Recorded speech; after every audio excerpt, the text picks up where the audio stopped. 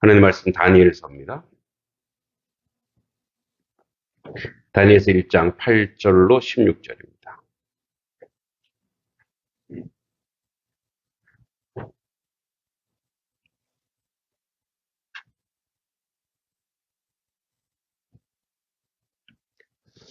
(1장 8절부터 16절까지입니다) 구약성경 231쪽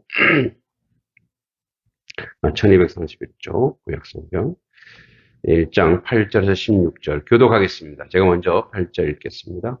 다니엘은 뜻을 정하여 왕의 음식과 그가 마시는 포도주로 자기를 더럽히지 아니하리라 하고 자기를 더럽히지 아니하도록 환관장에게 구하니 하나님이 다니엘로 공격자에게 의지와 누구를 얻게 하시니라. 환관장이 다니엘에게 이르되 내가 내 주 왕을 두려워하노라. 그가 너희 먹을 것과 너희 마실 것을 지정하셨거늘 너희 얼굴이 초췌하여 같은 또래의 소년들만 못한 것을 그가 보게 할 것이 무엇이냐? 그렇게 되면 너희 때문에 내 머리가 왕 앞에서 위태롭게 되리라 하니라. 환관장이 다니엘과 하나님의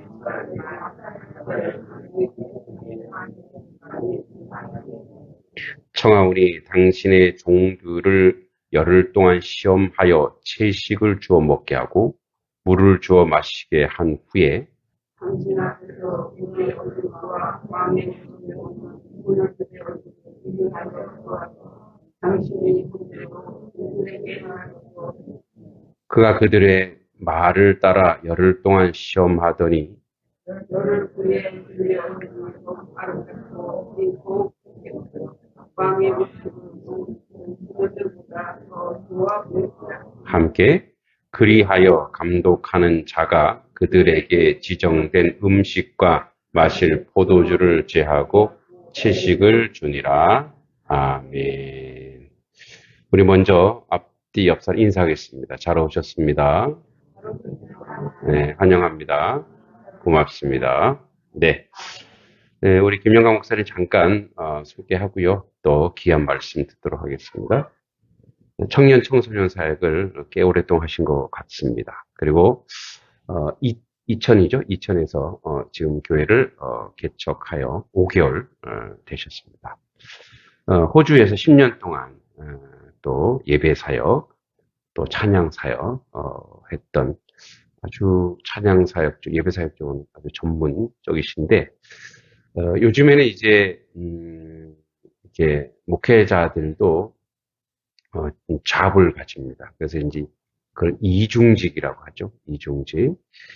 그래서 지금 목사님들, 선교사님들 모인 그 방송 영상 전문 기업에서 이렇게 많은 교회를 돕고 기관도 도우면서 또 함께 사역도 감당하고 있습니다. 또 저희 교회와 함께 귀한 동력을 해갈 텐데 여러분들이 많이 기도해 주시고 또 우리 김영광 목사님 나오실 때에 여러분 박수로 크게 환영해 주시기 바랍니다. 박수로 환영하겠습니다.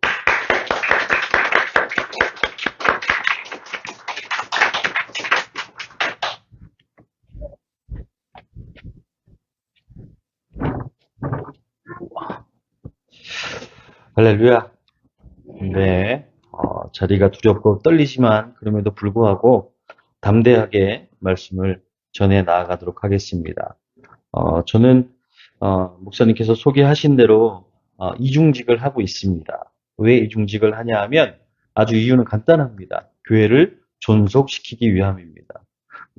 일을 안 하면 교회가 문을 닫을 수밖에 없죠. 네, 그렇기 때문에 개척한 지 5개월밖에 안 된 저희 교회로서는 저 또한 당연히 직업을 가지고 숨겨 나아가고자 노력하고 있습니다.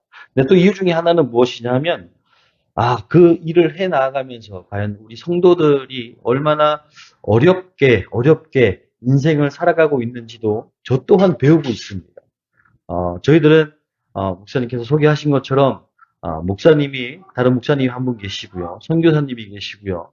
또한 다른 교회에서 음향 사역을 하는 집사님이 한 분 계십니다. 그래서 4명에서 때론 5명에서 한 팀이 돼서 이렇게 움직이는데 그곳에서 일을 하면서 가장 행복했던 순간이 있었어요.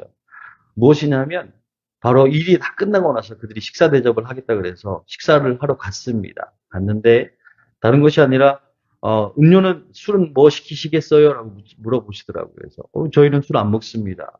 왜 안 먹어요? 물어보시더라고요. 저희는 다 목회자이고 선교사입니다. 저희는 예수님을 구주로 모시고 살아가는 자들입니다. 라고 말했으면 참 좋겠는데 저희는 그냥 목회자입니다까지만 말씀을 드렸어요.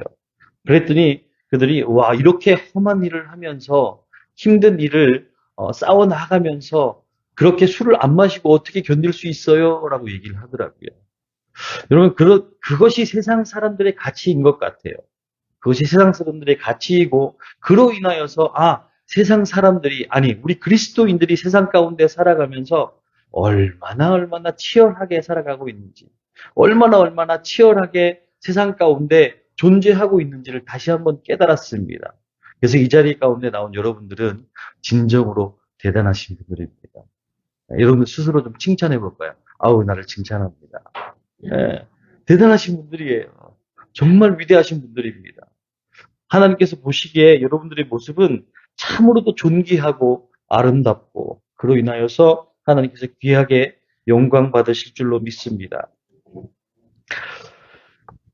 여러분 요즘에 가장 많이 부침개가 붙여지고 있는 곳이 있다고 합니다. 이 부침개가 뭔지 아시죠? 부침개가 어디에서 가장 많이 붙여지고 있냐면 바로 대학로에서 많이 붙여지고 있대요. 사람들이 가서 너무나도 많은 술들을 마시고 나서 아침에 보면 이쪽에도 부침개 붙이고 있고 저쪽에도 부침개 붙이고 있고 근데 많은 사람들이 그래서 대학로에 있는 비둘기들은 대학로를 떠나지 않는답니다. 왜냐하면 너무나도 많은 먹을 것들이 그곳에 존속하고 있기 때문이에요. 먹을 것이 있는 곳에는 새들도 떠나지 않습니다. 그렇죠? 먹을 것이 있는 곳에는 그 누구도 떠나지 않습니다. 우리도 마찬가지입니다. 그리스도인들이 먹을 것이 있는 교회 안에서, 먹을 것이 있는 이 말씀 안에서 우리가 영생을 누릴 수 있는 말씀으로 인해서 새로워질 수 있는 강건하여질 수 있는 그것이 바로 주님의 몸된 교회인 것입니다. 여러분 교회를 떠나서 살 수 없죠. 그것이 누구에게 해당됩니까? 바로 이 자리에 모인 우리들에게 해당되는 것입니다. 여러분들의 삶은 스스로가 살아가는 것이 아닙니다. 주님께서 도와주시기 때문에 주님께서 함께하여 주시기 때문에 살아갈 수 있는 것입니다. 여러분 그런 의미에서 볼 때 이 찬양을 부르면 참 좋을 것 같아요. 어떤 찬양이냐면 찬송가 85장입니다. 1절만 고백하면 구주를 생각만 해도 내 마음이 좋거든 주 얼굴 배울 때야 얼마나 좋으랴. 구주를 생각만 해도 내 마음이 좋거든 주 얼굴 배울 때에 얼마나 좋으랴. 얼마나 한 번만 더 고백할까요? 구주를 생각만 해도 구주를 생각만 해도 내 마음이 좋거든 주 얼굴 배울 때야 주 얼굴 배울 때에야 얼마나 여러분 이 찬양 고백만 하면 참 마음이 뭉클해집니다. 여러분 주님을 생각만 해도 이렇게 좋은데 주님을 생각하고 주님의 말씀을 바라보기만 해도 이렇게 좋은데 주님을 직접 만난다면 그 은혜는 참 이루 말할 수 없겠죠. 그 은혜는 우리의 심령을, 우리의 마음을, 우리의 상한 마음을 온전히 치료하심을 경험할 수 있을 것입니다. 여러분 오늘 본문에 보면 이 다니엘이라는 인물이 나옵니다. 이 다니엘이라는 인물은 참으로 특별한 존재였습니다. 그렇죠? 아주 지금으로 얘기하자면 금수저 중에 금수저인 것이죠. 귀족 중에 귀족인 것입니다. 여러분 그런 의미에서 볼 때 이 사람 참 대단한 사람이다. 대단한 사람이고 거기에서 귀족 중에 귀족으로 가진 것이 너무나도 많고 할 수 있는 일들도 너무나도 많은 사람이구나라고 느꼈을 텐데 여러분 그런데 한 가지 이 BC 605년경에 바벨론의 침략을 받습니다. 그래서 그가 가진 것은 다 있지만 정작 나라가 없습니다. 정작 나라가 없어요. 여러분 우리나라도 그런 일제강점기의 시기를 맞았습니다. 여러분 그렇게 할 때 가장 먼저 했던 일본인들이 했던 일 중에 나쁜 일이 무엇입니까? 바로 창씨개명하는 거예요. 이름을 바꾸는 거예요. 이름을 바꾸게 되면 근본이 사라지는 겁니다. 그렇죠? 여러분 저는 이름이 김영광입니다. 교회에서 아주 많이 얘기를 합니다. 아까 대표로 기도하시는 집사님께서도 영광스럽게 영광의 하나님께서 많이 말씀을 하셨습니다. 그때마다 좀 찔림이 있었어요. 아, 나는 과연 영광스럽게 살아가고 있는가? 예수를 믿는 믿음의 자녀로서 영광스럽게 살아가고 있는가? 그런데 여러분, 제가 김영광이 아니라 김낙가무라라고 생각해 보십시오. 불려지는 이름들이 낙가무라라고 생각해 보십시오. 그럼 어떻게 되겠습니까? 제 이름에 대한 그 삶의 열매들은 점점 사라져가는 거예요. 여러분들도 귀한 이름을 가지고 살아가십니다. 그렇죠? 가장 중요한 이름이 무엇입니까? 예수쟁이. 우리는 예수쟁이로 살아가는 거예요. 주님만 믿으면, 주님과 함께하면 나는 즐겁고 행복하다. 라는 믿음의 고백을 하면서 살아가는 것입니다. 그런데 그것을 여러분, 이 다니엘과 세 친구는 그 나라의 존속을 폐하여 버리는 바벨론의 침략으로 어려워하는 그런 시기를 살고 있었어요. 그래서 포로로 끌려가게 되죠. 여러분 포로로 끌려가는 길이가 얼마인지 아십니까? 바벨론과 이 예루살렘의 길이는 직선으로 길이만 얼마예요? 약 1440km 현재로 따지보면. 포로로 끌려갈 때 이때 뭐 차가 있었습니까? 아니 그렇지 않을 거예요. 다 끌려가는 거예요. 끌려가는 거예요. 그런데 1440km라는 거리가 직선 거리이지만 곡선까지 합치면 직선으로 갈 수 없는 그들의 길을 보면 약 한 2000km 가까이 된다고 얘기를 합니다. 2000km면 어떻습니까? 여기 양평에서 부산까지 몇 번을 왕복해야 되죠? 한번 걸어보십시오. 오늘 출발하시면 아마 약 뭐 다음 달쯤에 도착하지 않을까요? 가다가 힘들면 지치면 쉬어야 되고, 뭐 먹을 것도 먹어야 되고, 너무나도 힘들고 고된 시간들을 2000km라고 하는 그 긴 시간을 끌려가고 있었다라는 사실이에요. 근데 여러분, 다니엘이 신앙이 좋은 사람이었어요. 다니엘의 세 친구는 성경을 보면 신앙이 너무나도 좋은 사람이었어요. 그들이 기도하지 않았겠습니까? 기도했을 겁니다. 주님, 나에게 왜 이렇게 힘든 길을 허락하셨나요? 하나님 너무 힘드네요. 1, 20km도 아니고. 저희가 사는 곳이 이천입니다. 이천에서 여기까지 오는데 차로 오니까 30분이면 오더라고요. 근데 걸어서 온다고 생각해 보십시오. 반나절 이상은 걸어와야 합니다. 여러분 그런 힘든 시간들을 보내면서 주님 앞에 기도했겠죠. 아니면 어떻게 보면 제 입장에서 보면 한탄했을 것입니다. 하나님 왜 나를 이렇게 힘들게 하십니까? 도무지 나는 주님을 믿고 있는데 믿고 주님께 고백하는데 왜 우리가 이렇게 힘든 시간들을 보내야 합니까? 라고 주님께 한탄할 수밖에 없는 제 모습을 발견할 수 있을 것입니다. 여러분 그런데 이 다니엘을 보면 그러면서 기도하면서 굳건히 참아냈다라는 거예요. 그것에 대한 내용은 뭐 많이 나오지 않습니다만 나오지 않지만 그가 끌려가면서도 이 바벨론의 왕이 어떤 결정을 내렸냐 하면 이 예루살렘 남유다에 있는 백성들 중에 지식이 총명하고 외모가 아름답고 이런 자들을 뽑았어요. 뽑아가지고 그 사이에 들어간 사람들이 다니엘과 사드락과 메삭과 아벳느고. 오늘 이 말씀에서 보면 누구라고 얘기합니까? 바로 다니엘과 그 세 친구들에 대해서 얘기를 하고 있습니다. 근데 그런 친구들이 신앙적으로도 또한 어떤 삶의 영향력에 있어서도 외모도 지혜도 참 많이 가졌던 사람들이었어요. 근데 그런 사람들을 뽑아서 나중에는 자기의 어떤 가치관이나 자기가 나라를 다스리는 어떤 그런 일들의 중요 부위에서 사용을 하고 싶었던 거예요.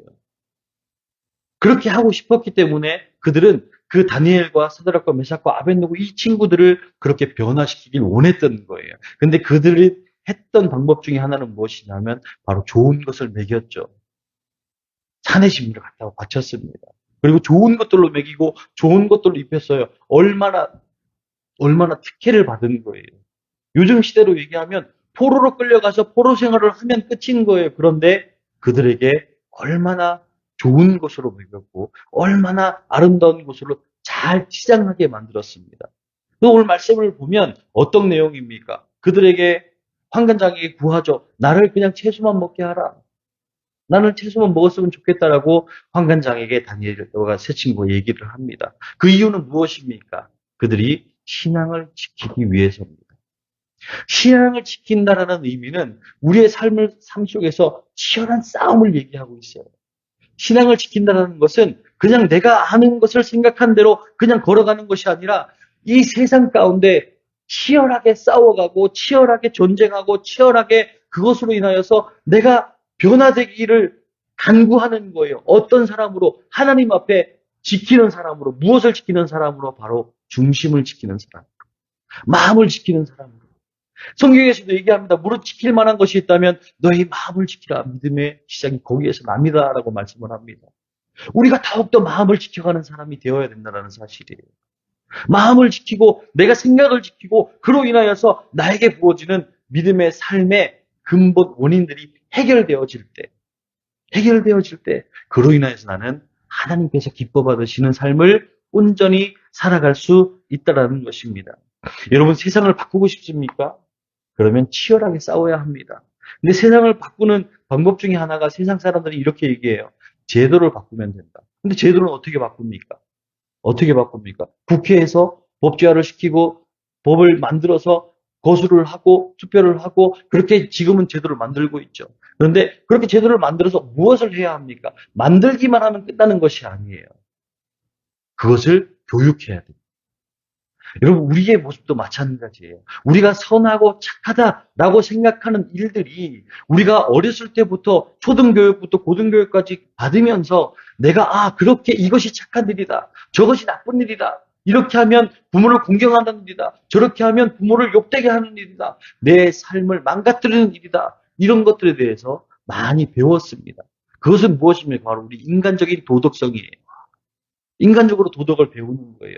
그러면서 배우는데 정작 중요한 것은 그렇게 배웠지만 착하면 어떻게 됩니까? 착하면 상급을 받아야 마땅하죠. 요즘 시대 사람들 보십시오. 착하면 상처받아요. 맞습니다. 착하면 상처받아요. 이것이 우리 내리 속에 그냥 박혀 있는 거예요.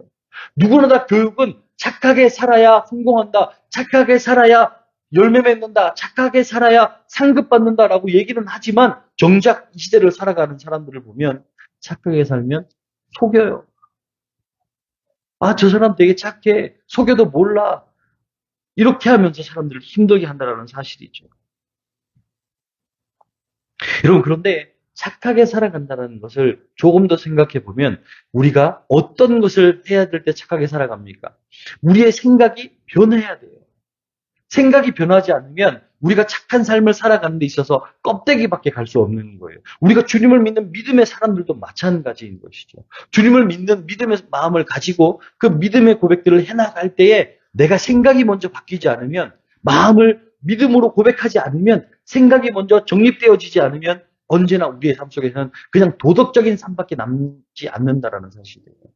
생각이 바뀐다는 것은 무엇을 의미합니까? 모든 것이 주님께로부터 시작되었다라는 전제가 깔려 있어야 돼요. 모든 것이 하나님으로부터 시작되었다라는 그 전제 조건이 깔려 있으면 우리의 삶은 어떻습니까? 내 삶을 통해서 주님께서 역사하시는 믿음의 삶으로 아름답게 열매 맺을 수 있습니다. 근데 그것이 아니라 내가 그냥 배운 것으로 도덕적으로 이거는 착한 일이야라고 생각하면 그 감정들로 그냥 살아가는 거예요. 그러니까 요즘 시대의 젊은이들은 자꾸 그렇게밖에 생각할 수가 없는 거예요. 상당히 이성적이 되죠. 배운 것이 이거니까 이거 아닙니까? 배운 것이 이거니까 이렇게 해야 되지 않습니까? 라고 하면서 자꾸 세대들에게 공격합니다. 따집니다. 우리의 삶은 오직 하나님의 은혜로 한 발자국 걸어갈 수 있습니다. 하나님의 은혜가 없으면 우리는 그 길을 걸어가는 것이 너무나도 무의미할 수밖에 없습니다. 그냥 행함밖에 없다라는 거죠.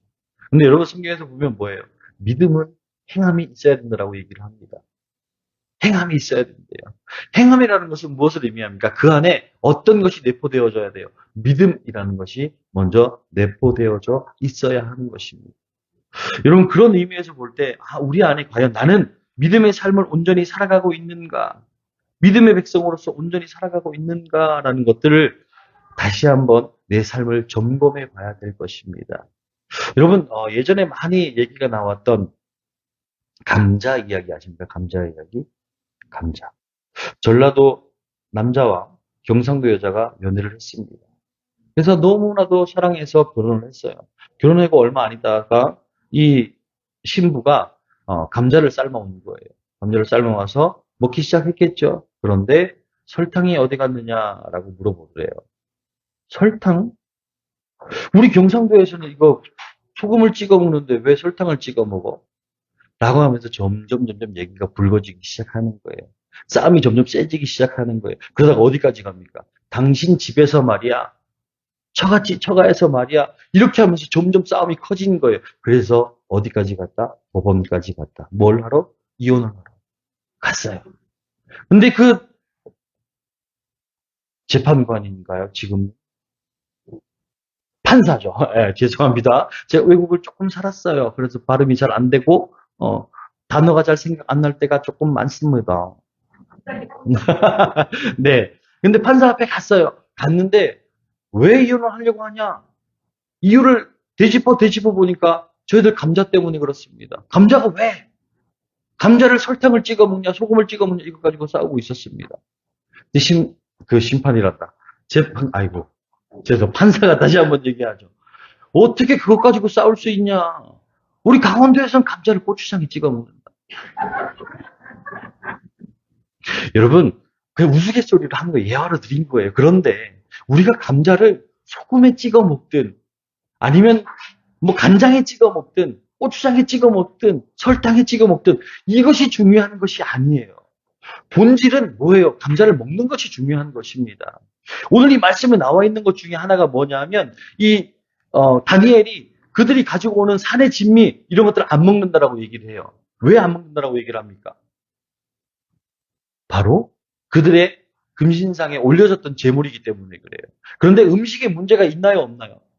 세상 가운데 음식에는 문제가 있는 것은 별로 없어요. 그런데 그것이 어디에 올려져 있는지, 무엇 때문에 만들어져 있는지가 사실 문제인 것이죠. 이 다니엘의 신앙의 입장에서 보면 나는 먹을 수 없는 거예요. 먹을 수 없는 거예요. 나는 규례를 지키는 거예요. 나는 하나님께서 말씀하시는 그 길을 지키는 것입니다. 그렇게 뜻을 세웠어요. 그것은 뭐예요? 다니엘이 믿음을 가지고 있는 거예요. 나는 이 음식을 먹지 못하겠습니다. 나는 내 하나님을 믿고 내 하나님께서 주시는, 내 하나님께서 허락하시는 그 길만 걸어갈 것입니다. 라고 하는 그 믿음의 고백이 오늘 말씀 안에 내포되어 있음을 우리가 발견할 수 있습니다. 여러분, 미국의 한 대학에서 이런 일들을 했습니다. 무엇이냐면 바로 학생들에게 물어봤어요. 당신의 삶을 통해서 잘 살기를 원하십니까? 아니면 그냥 대충 살기를 원하십니까? 라고 질문을 했습니다. 그런데 그 사람들 중에 75%가 나는 20년 후에 잘 살고 싶습니다. 그리고 나머지 25%는 그냥 그렇게 살아가면 되는 거 아니겠습니까? 라고 대답을 했대요. 그래서 이 학교에서 그 사람들을 추적을 했답니다. 추적을 했는데 어떤 결과가 나왔냐 하면 잘 살겠다라고 대답한 사람들의 대부분 93%의 사람들이 그들이 말한 것과 동일하게 잘 살아가고 있더래요. 자기가 목적한 말을 이루고 살아가고 있더래요. 그런데 나머지 25% 중에서 그냥 살아가면 되죠라고 얘기했던 사람들 중에 72%가 마약이나 술에 중독되어서 살아간다라고 얘기를 했습니다. 우리가 어떻게 마음을 정하느냐에 따라서 너무나도 크게 삶의 미래는 바뀔 수 있다는 사실이에요. 그것이 현 시대에도 나타나는 것이죠. 근데 다니엘은 보십시오. 뜻을 정한 사람이었어요. 뜻을 정한 사람. 내 마음이, 내 생각이, 내 가치관이 하나님을 떠나선 살 수 없다라고 뜻을 정한 사람이었습니다. 여러분, 어떻게 결정하느냐에 따라, 어떻게 결정하는 것은 내가 결정하는 겁니다. 내가 주일 성수를 하고 주님의 몸된 교회에 나와서 말씀을 붙잡고 말씀으로 인하여서 새로운 삶을 살아간다. 그 말씀으로부터 내가 새로운 믿음을 가지고 있다. 새로운 하나님의 영광을 이루어간다. 라고 하는 이 고백의 결대는 하나님께서 해주시는 건 아닙니다. 우리 스스로 하는 거예요. 우리 스스로 하는 거예요. 여러분, 왜 하나님께서 사람을 창조하시고 에덴 동산에 먹지 말라고 하는 그 무화과 나무를 심으셨겠습니까? 근데 그렇게 말씀하셨어요. 무화과 나무가 아니죠. 선악과를. 네. 제가 외국에서 살다가 그랬어요. 죄송합니다. 네, 선악과를 먹지 말라라고 말씀을 하셨어요. 왜 그렇게 하셨겠습니까? 우리 인간의 자유의지를 보기 위함인 거예요. 그걸 따먹고 나서 뭐 어떻게 합니까? 핑계를 댑니다. 핑계를. 저 여자 때문에 내가 그걸 먹을 수밖에 없었다. 여자는 뭐라고 합니까? 저 뱀이 날 유혹해서 먹을 수밖에 없었다. 우리에게 결정을 하는 그 선택권은 하나님께 달려있지 않아요. 내가 좋은 결정을 하고 좋은 선택을 하고 좋은 마음을 정하고 하는 것들은 모두가 어디에서 시작되어진다? 내 마음속에서부터 시작되어진다는 거예요. 내 생각 속에서부터 시작되어진다는 거예요. 그래서 우리의 생각이 더욱더 하나님께 집중되기 위해서 노력하는 사람들이 되어져야 된다는 사실입니다. 여러분, 그렇게 살아가면서 인생에 있어서 억울한 사람들이 참 있습니다. 억울한 사람들이 있어요. 여러분, 제가 한번 말씀을 드려볼 테니 어떤 사람이 가장 억울한지 한번 보십시오. 69번 버스가 왔습니다. 그래서 이 버스를 타고 가는 사람들이 고가도로에서 버스가 전복되었어요. 그래서 사람이 죽었습니다. 근데 그 사람들 중에 누가 가장 억울한지 한번 보십시오. 첫 번째, 졸다가 한 정거장 더 간 사람. 두 번째, 버스가 출발하려는데 급격하게 버스에 올라탄 사람. 세 번째, 69번을 96번으로 착각하고 탄 사람. 어떤 사람이 가장 억울할까요? 그렇죠. 다 억울한 거예요. 다 억울합니다. 저것이 69번인지 96번인지 헷갈려서 엉뚱한 버스를 타고요. 그리고 버스가 출발할 때 간신히 잡아서 올라탔는데 그 버스가 전복되는 거예요.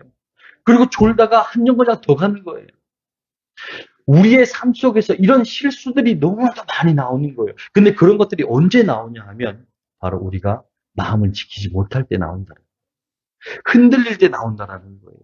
신앙에 올바로 서 있고 말씀으로 굳건하게 잘 살고 말씀 앞에 내가 신실하게 나아가고 말씀으로 내 삶을 비추어 갈 때는 그런 일들이 많이 벌어지지 않습니다. 그런데 어떻게 해요? 말씀이 조금 식어질 때, 점점 메마를 때, 그때 사탄이 우리를 공격합니다. 잡아뜨립니다. 넘어뜨립니다. 그때 어떻게 합니까, 여러분? 하나님의 말씀을 붙잡으려고 노력하십니까? 가장 베스트죠. 주님 앞에 나와 기도하십니까? 가장 베스트입니다. 그런데 마귀에게 자꾸 마음을 뺏기는. 마음을 뺏기다 보면 어떤 것까지 다 뺏깁니까? 나에게 주어진 하나님의 축복권들을 다 뺏겨 나가는 거예요. 여러분, 그렇기 때문에 우리가 마음을 지키는 것이 너무나도 소중한 거예요. 마음을 지킨다는 것. 마음을 지켜 나아간다는 것. 여러분, 그것은 특별한 의미를 가지고 있습니다. 특별한 의미를 가지고 있어요. 여러분, 한번 따라 하겠습니다. 좋은 것에 길들어지면 어려운 것을 하지 못합니다. 네. 좋은 것에 길들여지기 시작하면 어려운 것을 못해요. 여러분, 다니엘이 몰랐을까요? 그 맛있는 음식들을 몰랐을까요? 알았을 거예요. 근데 좋은 것을 먹다 보면 여러분, 어려운 음식을 먹을 수 있겠습니까? 아니요, 그렇지 못할 거예요.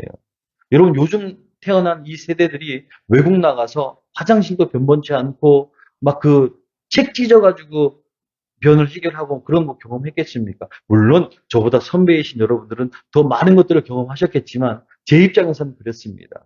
화장실에 가면 늘 언제나 책 한 권이 놓여 있었어요. 그 책 한 권은 보라고 놓여 있는 것이 아니었습니다. 바로 용변을 처리하라고 놓여 있던 거예요. 제 어렸을 적엔 그랬습니다. 왜냐하면 저는 여기보다 더 산골에 살았거든요. 저희 동네 가정은 딱 5가정이 살았습니다. 그냥 산으로 다 둘러싸인 곳에 살았어요. 그런데 그곳에서 좋았던 것은 뭐냐면 항상 일어나면 기분이 좋았어요. 공기가 좋았어요. 이곳에 오니까 공기가 너무 좋더라고요. 네, 너무 좋더라고요. 저희가 살고 있는 이천에는 자꾸 소똥 냄새가 나요. 이천시라고 하는데 아파트에서 저희가 18층에 살거든요. 꽤 고층에 사는데도 불구하고 자꾸 소똥 냄새가 그릇 냄새가 계속 납니다. 그래서 창문을 열어놓지를 못해요. 이천도 그렇게 큰 도시는 아닙니다. 작은 도시이지만 그럼에도 불구하고 시인데 너무나도 시골 냄새가 나는 거예요. 근데 이곳에 왔는데 전혀 냄새도 없이 너무나도 상쾌한 공기를 접할 수 있었습니다. 그것은 무엇 때문에 그렇습니까? 여러분들이 살고 계신 이 동네가 그만큼 좋다라는 거죠. 여러분, 제가 아까 예배당에 들어오면서 경험했던 것이 있어요. 제가 어렸을 때 다녔던 교회의 모습과 너무 비슷한 거예요. 저희 시골 교회의 모습과 너무 비슷한 거예요. 물론 장비나 이런 것들은 너무나도 세련됐죠. 좋죠. 그런데 제가 앉아서 와서 기도하면서 아, 하나님 옛날에 제가 어렸을 때 다녔던 교회의 그 그림이 그 향수가 그 모습들이 기억이 납니다라고 기도했습니다. 그러면서 오늘은 설교하면서 하나님 좀 천방지축 되더라도 용서해 주세요. 예. 말을 실수하더라도 용서해 주세요. 여러분들에게 드리는 말씀이에요. 네. 예. 여러분 우리의 삶을 보면 때로는 내가 처해 있는 상황이 남들은 아무도 안 처해지고 내가 이 어려운 상황을 경험해 나아가고 있는데 남들은 악하게 하면서도 성공하는 사람들을 보곤 합니다. 여러분 그러면 어떻습니까? 마음이 쓰리십니까? 아프십니까? 근데 그 힘듦, 오늘 이 성경에도 나와 있는 이 다니엘도 우리가 믿음을 지키기 위해서 어떻게 해야 되냐 하면 바로 인내라는 것을 자꾸 해내야 돼요. 참아내야 돼요. 이겨내야 돼요. 기다려야 되고요. 그것을 내 것이 더욱더 믿음의 확신, 구원의 확신, 믿음의 확신, 말씀의 확신이 내 안에 거하도록 자꾸 참고 인내해야 됩니다. 여러분, 다니엘이 인내하는 것을 우리는 분명히 볼 수 있습니다. 그리고 시험의 문제 앞에서도 보면 어떡합니까? 그가 담대했어요. 자기 자신을 드러냈어요. 예수를 믿는 자기 자신을, 주님을 믿는 자기 자신을, 하나님을 믿고 하나님께서 축복하시는 믿음의 길을 걸어가는 자기 자신을 자꾸 표현해내는 여러분들 되시길 주님의 이름으로 축복합니다. 내 안에 예수님이 있다. 내 안에 예수님이 있다. 그 누구도 상상하지 못하는 크신 주님이 내 안에 거하신다. 라고 하는 그 믿음의 고백이 여러분들의 삶을 자꾸 드러나게 하실 것입니다. 하나님의 열매 맺는 삶으로 드러나게 하실 것입니다. 여러분, 우리는 삶을 살아가다 보면 여행이라는 것을 하죠. 저희는 개척교회이기 때문에 토요일, 주일 이렇게 나올 수 있던 거예요. 만약에 기성교회였으면 이렇게 함께 MT를 떠나고 수련을 떠나고 이런 것들을 하지 못할 것입니다. 하지만 저희는 개척교회이기 때문에 보시면 저 뒤에 있는 저희 청년들과 저희 집사람과 저희 아이들이 다입니다. 총 합쳐서 7명. 네. 그래서 저희는 무엇이든지 할 수 있습니다. 주님께서 사명만 주시면, 주님께서 하라 하시면 무엇이든 할 수 있는 것입니다. 제가 듣기로는 목사님 여기에 취임하실 때도 그게 많지 않다라고 말씀을 들었어요. 그런데 점점 주님께서 부응하게 하시고 하나님의 방법으로 이끌어 주시고 잘 할 수 있는 것으로 해결해 주시는 지혜를 주시는 그런 길들을 걸어감으로 인해서 교회가 부응하고 하나님의 영광이 드러나는 믿음의 삶을 살았다는 것을 얘기를 들었습니다. 여러분 저희 교회도 그런 교회가 되도록 기도해 주십시오. 저희도 이천 땅에서 기도의 안테나를 바짝 세우고 여러분 이 단속교회를 위해서 끊임없이 기도하겠습니다. 여러분 기도의 끈이 묶여지면요 못할 일이 없습니다. 왜냐하면 기도의 끈이 묶여져서 하나님께 조르기 시작하면 하나님 간지러워서 못 참으실 거예요.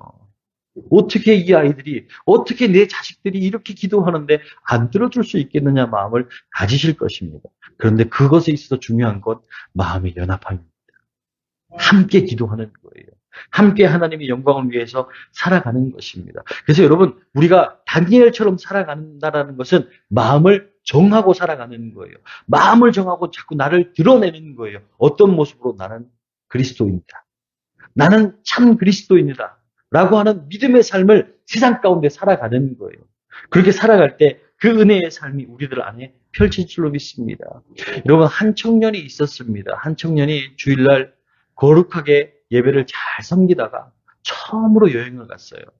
처음으로 여행을 갔는데 여행을 가서 좋은 경치를 보고 좋은 것들을 보면서 접하면서 이 절벽 언덕을 이렇게 걷고 있었어요. 근데 발을 헛디뎌서 떨어졌습니다. 떨어지면서 무언가 잡히길래 잡았어요. 나뭇가지 하나를 잡고 있는 거예요. 그러면서 외칩니다. 저 좀 도와주세요! 라고 외쳐요. 외치는데 아무도 대답을 안 합니다.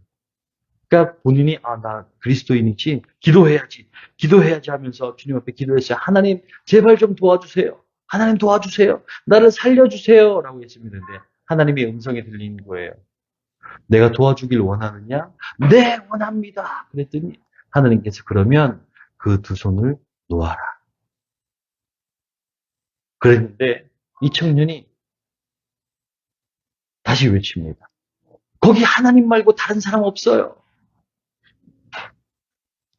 우리 삶 속에 자꾸 이런 현상들이 반복되어서 벌어지는 경우들이 분명히 나타난다는 거예요.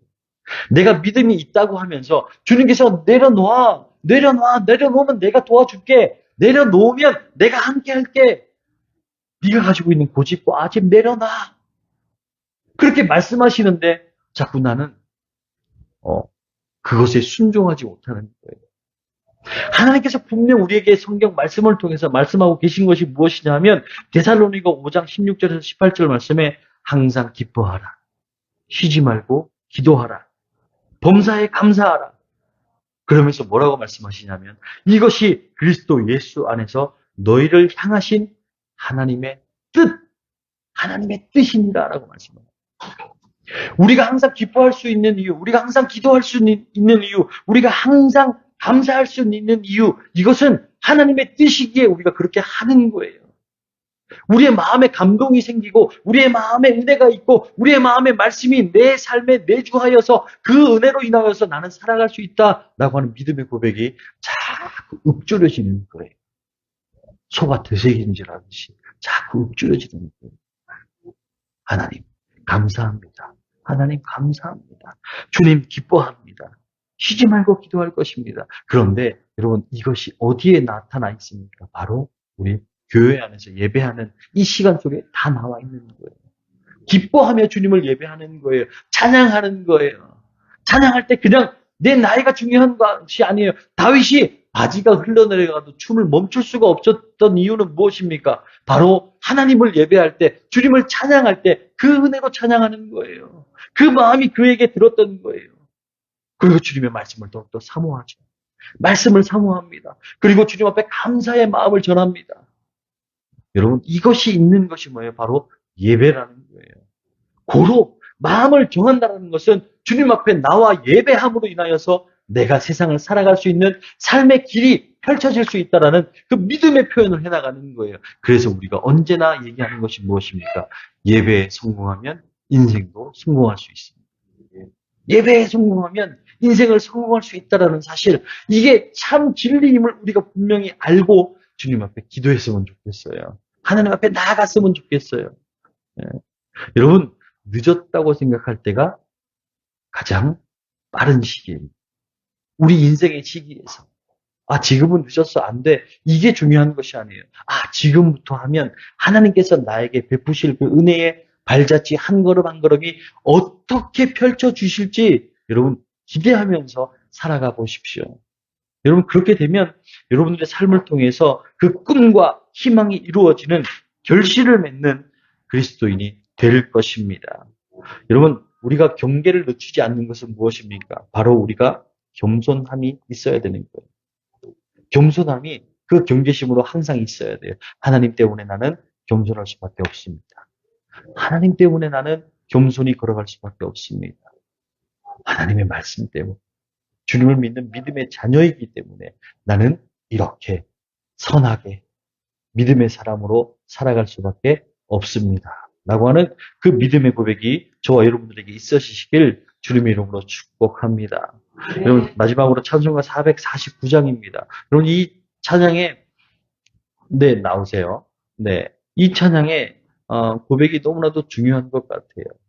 중요한데 이 찬양이 1절만 고백을 할 건데 가사를 먼저 제가 한번 읽어드릴게요. 예수 따라가며 복음 순종하면 우리 행할 길 환하겠네. 주를 의지하며 순종하는 자를 주가 늘 함께 하시리라.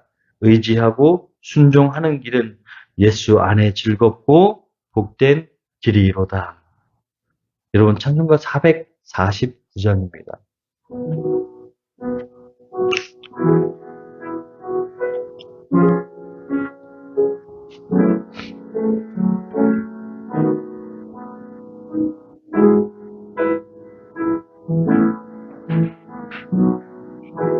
예수 따라가면 예수 따라가며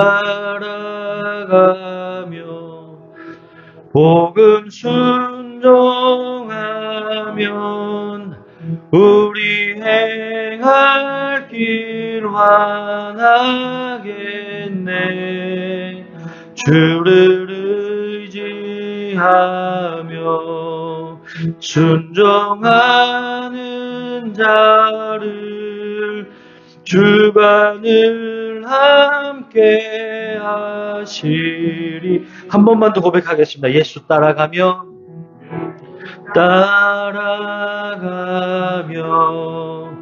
복음 순종하면 우리 행할 길 환하겠네. 주를 의지하며 순종하는 자를 주간을 함께 하시리라. 의지하고 순종하는 길은 의지하고 순종하는 길은 예수 안에 즐겁고 복된 길이. 의지하고 순종하는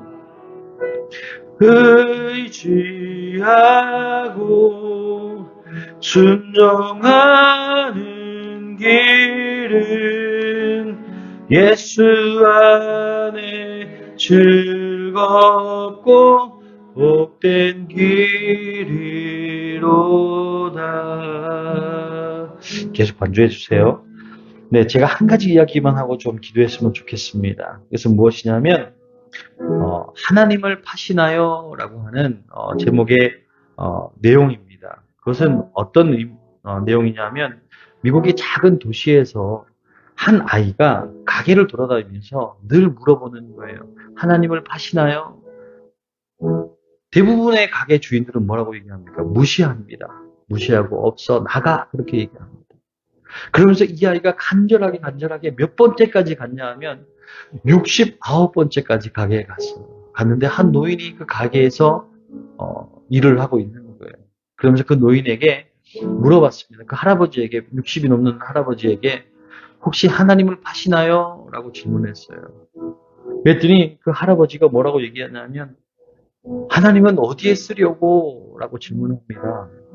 그랬더니 이 아이가 자기가 있었던 일을 얘기하죠. 자기는 어렸을 때 부모님이 돌아가셔서 지금 삼촌과 함께 살고 있습니다. 삼촌과 함께 살고 있는데 삼촌이 막노동을 하다가 떨어졌어요. 그래서 지금 병원에서 사경을 헤매고 있습니다. 그런데 의사 선생님이 저한테 그랬어요. 이것은 하나님밖에 할 수 없다. 그래서 저는 하나님을 사려고 왔습니다. 라고 주인에게 말씀을 했습니다. 그랬더니 그 주인은 얼마를 가지고 왔는데, 그래서 물어봤습니다. 1달러요. 1달러라고 하면 저희 돈으로 한 1,000원 조금 넘습니다. 근데 그 돈을 내면서 이 주인이 음료수를 하나 주면서 자, 이것이 하나님이다 라고 줬습니다. 주고서 그 아이는 그것이 하나님이구나 라고 생각을 하면서 그냥 열심히 뛰어갔어요. 병원으로 뛰어가서 삼촌, 내가 하나님을 사가지고 왔어. 이거 먹으면 나을 수 있대. 이거 먹으면 나을 수 있대. 그런데 그 다음날 세계적인 의사, 석학들이 그 시골 마을로 모였습니다. 모여서 그 사람을 수술하게 되었고 회복되게 되었어요. 그래서 이 삼촌과 이 아이가 너무 감사해서 그 슈퍼를 다시 들렸습니다. 다시 들렸더니 그 주인은, 백발이 된 주인은 벌써 자리를 뜨고 없는 거예요. 여행을 갔다 그러더라고요. 그러면서 편지를 남겼습니다. 당신이 나을 수 있었던 건 당신 조카가 하나님을 사갔기 때문입니다. 나에게 감사하지 마십시오. 그 돈은, 그 수술비는 당신 조카가 다 지불했습니다. 알고 봤더니 그 슈퍼의 사장님은 억만장자였던 거예요. 돈이 너무나도 많았던 거예요. 그 아이의 간절함을 보고 자기가 대신 지불을 해주는 거예요. 그러면서 하는 말이 당신도 이 은혜를 흘려보내는 사람이 되십시오. 여러분, 그 삼촌의 삶이 어떠했겠습니까? 삼촌의 삶이 어떠했겠습니까? 우리 그리스도인들이 좀 본받아야 될 것은 무엇이냐면, 내가 받은 은혜가 나에게만 족하다, 나에게만 가지고 있다, 나만 가지고 있으면 된다라는 것이 아니라 우리 그리스도인들은 흘려보내야 합니다. 예수를 공짜로 받으셨잖아요. 그렇죠? 예수 믿는 것에 대가 지불을 했습니까? 아니에요. 내가 마음으로 믿어 의에 이르기 때문에, 내가 마음으로 주님을 고백했기 때문에 우리는 주님을 믿는 믿음의 자녀로 살아갈 수밖에 없는 거예요. 그런데 내가 공짜로 받은 그 예수님의 은혜, 예수님의 사랑, 주님의 그 계획하심을 세상 사람들에게 흘려보낼 수 있는 그 삶을 살아가는 건 뭐예요? 세상 가운데 내가 빛과 소금의 삶을 사는 거예요. 빛과 소금은요, 비치는 것으로 끝나는 것이 아닙니다. 소금은 그냥 살아있는 것으로 끝나는 것이 아니에요. 그냥 녹아지는 겁니다. 녹아지는 거예요. 하늘의 비랄이 되어서 녹아지는 겁니다. 그렇게 되어질 때 우리 그리스도인들은 내가 하나님께 빚진 자로서, 내가 공짜로 그 복음을 들은 자로서 세상 가운데 복음을 흘려보낼 수 있는 귀한 삶을 살아갈 수 있는 것입니다.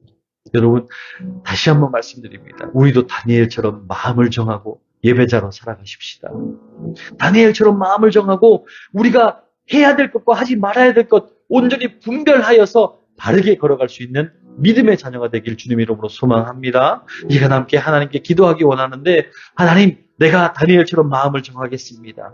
마음을 정하고 주님께서 허락하시는 믿음의 길을 걸어가겠습니다. 하나님 함께하여 주시고 하나님 인도하여 달라고, 주님 책임져 달라고 함께 기도하며 나아가도록 하겠습니다. 기도합니다.